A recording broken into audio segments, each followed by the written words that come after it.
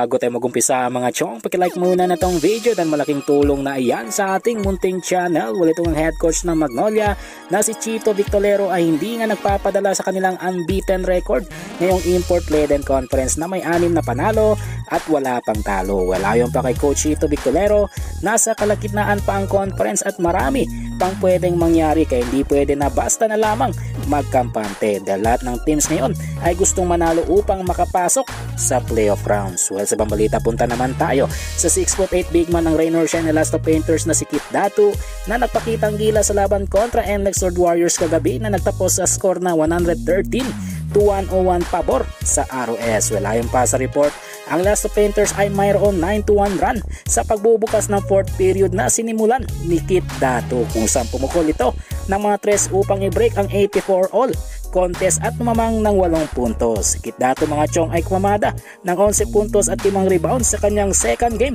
para sa Rain or Shine Elasto Painters.